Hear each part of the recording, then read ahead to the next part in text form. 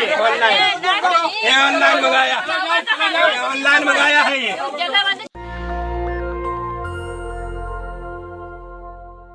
क्या आरएसएस बम फोड़ता है? क्या आरएसएस एक आतंकी संगठन है? इससे पहले भी मुंबई ब्लास्ट के समय कुछ इसी तरह की बातें कही गई थी। उस समय करकरे की मौत को लेकर भी सवाल खड़ा हुआ था। और अब जो बीजेपी में मंत्री हैं आरके सिंह, जो उस समय होम सेक्रेटरी थे, उन्होंने भी इसके संकेत दिए थे। और साध्वी प्रज्ञा, जो अब बीजेपी की मेंबर ऑफ पार्लियामेंट है भोपाल से, उनके खिलाफ भी आतंकवादी हमले की जांच हुई थी। लेकिन एक बार फिर से महाराष्ट्र के आरएसएस के कार्यकर्ता ने सनसनीखेज खुलासा किया है। कहा है कि आरएसएस का प्रोग्राम था पूरे देश में बम ब्लास्ट करने का, उसे खुद बम की ट्रेनिंग दी गई थी। दूसरी बड़ी खबर है, एक पाखंडी का पोल खुल गया। मूर्ति मंगाया बाजार से, कहा ये धरती से प्रकट हुई है, 35,000 चंदा भी मिल गया। बाद में डिलीवरी बॉय ने पोल खोल दी।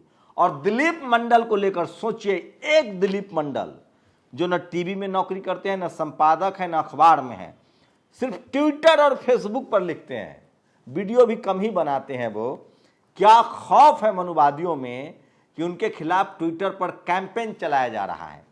सुप्रीम कोर्ट लोग पहुंचते, मैं फिर कह रहा हूं, इस देश का सबसे ज्यादा तेज तरार और शानदार कोई पत्रकार है तो उसका नाम है दिलीप मंडल। नमस्कार, मैं शंभू कुमार सिंह और आप देख रहे हैं नेशनल दस्तक। इस शख्स को गौर से देख लीजिए। ये आरएसएस के प्रचारक रहे यशवंत सिंधे हैं। इन्होंने जो बड़ा सनसनीखेज खुलासा किया है, उसके मुताबिक पूरे देश में आरएसएस बम फोड़ना चाहती थी। इतना ही नहीं, अदालत में हलफनामा देकर संघ के राष्ट्र विरोधी कारनामों की खौफनाक जानकारी उजागर की है। आप भी सुनिए, शायद मीडिया नहीं सुना पाएगी। 2006चा जो नांदेडला बॉम्बस्फोट झाला, तो सोचिए, हम इस शख्स, मराठी में इनका पूरा बयान है जो हम सुना नहीं पाएंगे, लेकिन सोचिए किस तरह से इनके ट्वीट को लोग छोटे छोटे टुकड़ों में ट्वीट कर रहे हैं। पूरे देश में आरएसएस और बीएचपी मिलकर बम धमाके कराना चाहते थे। पूर्व संघ प्रचारक यशवंत सिंधे का खुलासा। जनसत्ता ने इस खबर को डिटेल से छापा है कि सोचिए किस तरह से इस देश में आरएसएस बम फोड़ती है। हिंदू मुस्लिम की राजनीति होती है। सोचिए, इस देश का पहला आतंकी जिन्होंने गांधी को मारा था, उन्होंने इसका इल्जाम मुसलमानों पर लगाया था। तो मुसलमानों को कटघरे में करने का मकसद ये होता है कि बाकी एससी एसटी ओबीसी माइनॉरिटी के लोग पोलराइज हों। मुझे नहीं पता ये जो सिंधे हैं ये शेड्यूल कास्ट हैं या मराठा हैं, लेकिन जो भी है ये तय है, अगर ये मराठा हैं तो भी बहुजन हैं, किसान जातियों से हैं, जिसमें सच बोलने की हिम्मत होती है। और अगर ये शेड्यूल कास्ट हैं, जिसकी संभावना भी है, जो कि महाराष्ट्र में टाइटल लिखते हैं सिंधे, तो आप यकीन मानिए कि ये बहुत दिलेरी और हिम्मत का काम है। सोचिए, कोर्ट में हलफनामा देकर इन्होंने कहा है कि किस तरह से बम ब्लास्ट में, एक महाराष्ट्र के एक जिले में जहां से ये आते हैं, वहां एक ब्लास्ट हुआ था, 2 लोगों की मौत हुई थी। पुलिस ने कहा था कि पटाखे से मौत हुई है, बाद में पता चला कि बम बनाने की ट्रेनिंग दी जा रही थी। तो आरएसएस पर इतना बड़ा इल्जाम लगा है, लेकिन सवाल है कि क्या कोई टीवी, अखबार और मीडिया वाला बहस करेगा।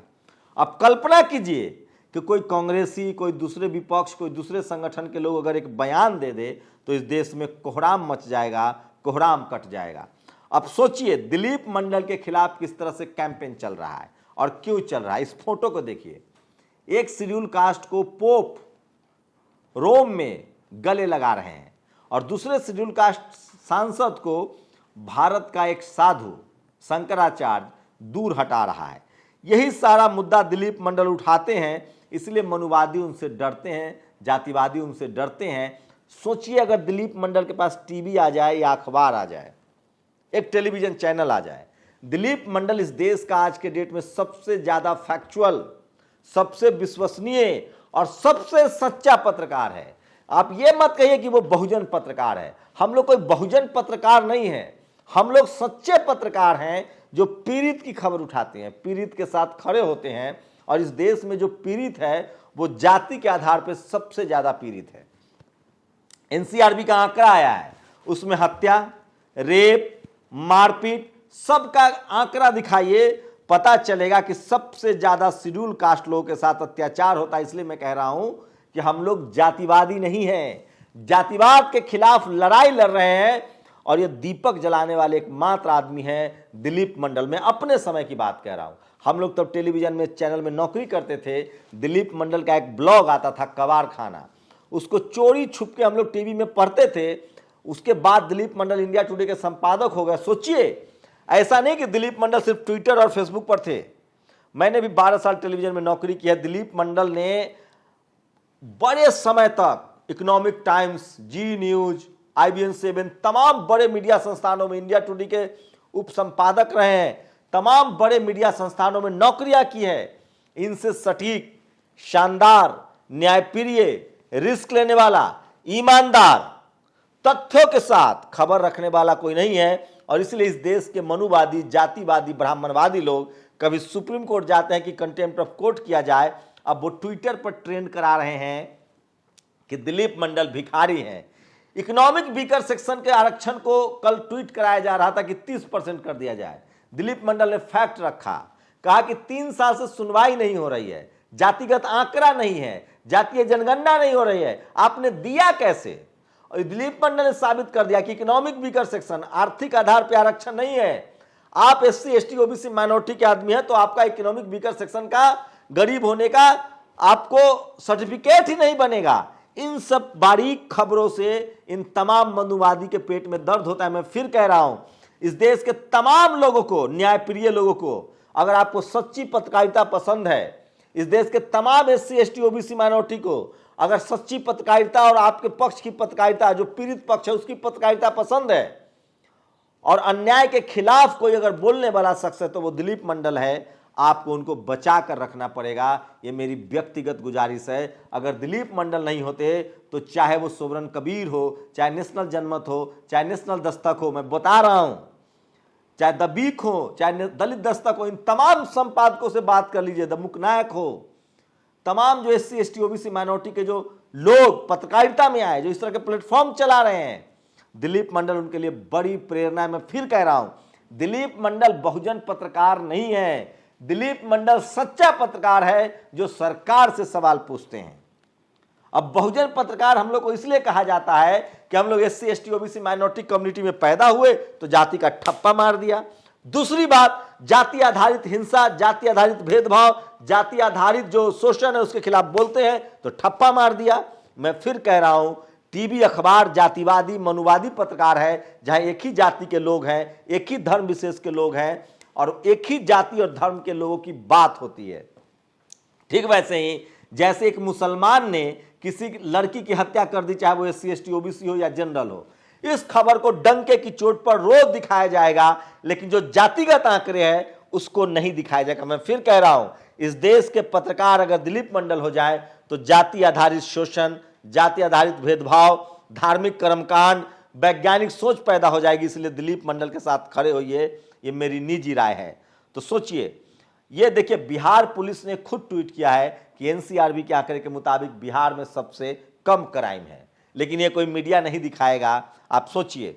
और मुसलमानों के विरोध में दंगे फसाद करने वाले OBC, SC, ST के लोगों को मैं कहना चाहता हूं कि इतिहास में जब हम बड़े अधिकार हासिल करने की लड़ाई लड़ रहे थे तब मुसलमानों ने हमारा साथ दिया था। बामन मिश्रा ने ट्वीट किया है, बड़ी बात है, आपको समझना पड़ेगा जो आपको मुसलमानों के खिलाफ लड़ा रहा है। भारत से वेटिकन सिटी 700 किलोमीटर दूर है, 7000 किलोमीटर दूर है। वहां बैठे पोप ने भारत में एक दलित डॉक्टर एंथनी को कार्डिनल बनाया है। पोप को बधाई। ईसाई धर्म के बाद सबसे बड़ा पद है, सिर्फ 132 कार्डिनल होते हैं, यही अगला पोप चुनते हैं। लेकिन इसी देश में एक शेड्यूल कास्ट MP को एक शंकराचार्य पैर नहीं छूने देता है। इसलिए पेरियार ने कहा था, मैं उस धर्म को नहीं मानता हूं जो मुझे नीच कहता है। बाबा साहब ने कहा था रेडिकल्स ऑफ हिंदुइज्म में कि आपको इनसे निकलना चाहिए। और सोचिए, दिलीप मंडल को इसीलिए गाली देते हैं कि वो कहते हैं कि जो आप चढ़ावा चढ़ा रहे हैं वो कहाँ जा रहा है। सारे जाति और धर्म के लोगों को पुजारी बनाया जा सकता है, सारे जातियों के लोगों को पुजारी बनाया जाना चाहिए। अब ये वीडियो देखिए, किस तरह से लगातार झारखंड के पलामू में मुस्लिम समाज को बहुत सचेत रहना होगा। जैसे OBC के लोग जातीय हिंसा करके नहीं बच सकते हैं, मुस्लिम समाज के लोग जातीय हिंसा करके आप बच नहीं सकते हो। पलामू में शेड्यूल कास्ट के लोगों पर हमला हुआ है, वो जेल जाएंगे, समझ लीजिए। और ये देखिए, ये है वो मुस्लिम समाज के जो उन्होंने वसीम रिजवी, जो त्यागी बन गए थे, जितेंद्र त्यागी, अब ये कह रहे हैं कि मुझे धर्म बदलने के बाद भी सम्मान नहीं मिला। सवाल यह है कि हिंदू धर्म बाबा साहब के हिसाब से ब्राह्मण धर्म फ्लोर है, सबसे ऊपर ब्राह्मण, दूसरे पर क्षत्रिय, तीसरे पर वैश्य, 14 पर शूद्र, शूद्र मतलब SC ST OBC किसान जातियां, 5वें पर अछूत है। आपको कहां जगह मिलने वाली है? पोप ने दलित डॉक्टर एंथनी को कार्डिनल बनाकर ईसाई की शिखर में संस्था में जगह दी।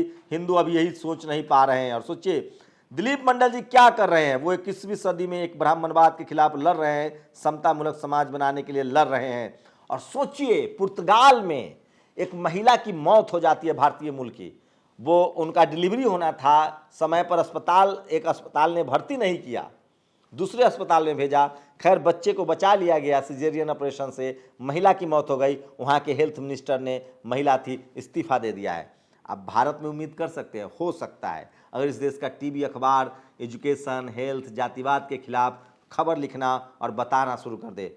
छुआछूत से आज़ादी, रविंद्र मेघवाल के लिए न्याय की मांग। लगातार राजस्थान में प्रदर्शन अभी भी दौड़ रहा है। दमुक नायक ने वीडियो ट्वीट किया है। और आज पेरियार ललई यादव की जयंती है। दरवीर आंदोलन के अग्रणी पेरियार की किताब सच्ची रामायण को पहली बार हिंदी में लाने का श्रेय ललई सिंह यादव को जाता है। उन्होंने बुद्ध धर्म को अपनाया था और बाद में उन्होंने यादव टाइटल हटा लिया था। पेरियार ललई बौद्ध, सोनेलाल पटेल, रामस्वरूप वर्मा, जगदेव बाबू, ये सब के सब बुद्धिस्ट थे। बुद्धिस्ट मतलब कोई ईश्वर को न मानने वाला, जो इंसानियत को मानता हो। हर हर महादेव। योगी जी का ये वीडियो बहुत फोटो वायरल हो रहा है कि वो गए थे ग्राउंड रिपोर्ट पर, हर हर महादेव के नारे लग रहे हैं। और देखिए कैसे रेड कारपेट बिछाया गया है, अच्छी बात है। जिस पर सुप्रीम कोर्ट में भी अवमानना का केस चलने से बचे वो दिलीप मंडल हमारे हीरो हैं। तो सोचिए ये सोशल मीडिया की सबसे बड़ी खबर है। और विकास चाहिए तो बीजेपी मुक्त भारत बनाइए, KCR ने कहा है। तेलंगाना के मुख्यमंत्री ने, माफ़ कीजिएगा एक पिछले वीडियो में मैंने KCR का नाम गलत YSR बोल दिया था, उसके लिए मैं क्षमा प्रार्थी हूँ। KCR है ये। और अमेरिका में नहीं चली नफरत की राजनीति, बुलडोजर की झांकी निकालने वाले IBA ने मांगी माफ़ी। और बहुत पुराने खिलाड़ी हैं पांडे जी, सरकारें बदलती रहती है लेकिन इनका कुछ नहीं बिगड़ता है। ये इंटरनेशनल ओलंपिक, भारतीय ओलंपिक एसोसिएशन के जो ये शख्स है, इनका नाम है आनंदेश्वर पांडे। इन पर एक खिलाड़ी ने छेड़छाड़ करने का, पहले का फोटो वायरल हुआ था, कहा गया था कि सहमति से ये तस्वीरें आई है। अब एक खिलाड़ी ने छेड़छाड़ करने का आरोप लगाया है। और अंत में मोन्टाज में वीडियो देखा था, ये देख लीजिए। उन्नाव में एक युवक ने ऑनलाइन मूर्ति मंगवाई, वहाँ रख दिया, कहा खेत से प्रकट हुआ है, 35,000 का चढ़ावा भी मिला, मंदिर बनाने का प्लान था, डिलीवरी भी आने पोल खोल दी। सोचिए धर्म में कितना कर्मकांड है। तो ये सबसे बड़ी खबरें थी जो सोशल मीडिया पर वायरल। और अंत में जातिगत उत्पीड़न के मामले में यूपी नंबर 1 है और जातिगत एवं हिंसा के मामले में राजस्थान नंबर 1 है। NCRB 2021 के आंकड़े हैं। आपको समझना पड़ेगा कि हम लोग जातिवाद के खिलाफ लड़ाई लड़ रहे हैं, जातिवाद फैला नहीं रहे हैं। NCRB के आंकड़े हैं कि जातिगत आधार पर इस देश में हिंसा होती है, शोषण होता है। इसलिए इस देश की मीडिया जिस दिन जातिवाद के खिलाफ स्कूल अस्पताल के लिए खड़ी हो जाएगी, लेकिन ये नहीं होगी, क्योंकि जातिवाद और तमाम चीज़ों का जो फायदा है वो उनको मिलता है। तो आज की खबर थी, दिलीप मंडल के साथ पूरा SC ST OBC माइनॉरिटी और न्याय पसंद लोग खड़े हैं। और RSS को सोचिए, क्या RSS पर आज बहस होगी? RSS के एक प्रचारक ने कहा है कि आतंकी संगठन है, पूरे देश में बम फोड़ना चाहते थे। आपकी प्रतिक्रिया क्या है? अपनी प्रतिक्रिया जरूर दीजिए। शुक्रिया। नेशनल दस्तक की आपसे गुजारिश है कि अगर इसको बचाना चाहते हैं तो नेशनल दस्तक को सब्सक्राइब करने के लिए रेड कलर के सब्सक्राइब बटन को दबाएं, फिर बेल आइकन की घंटी दबाएं। नेशनल दस्तक को बचाने के लिए बहुत जरूरी है कि हर खबर को शेयर करें, लाइक करें, कमेंट जरूर करें।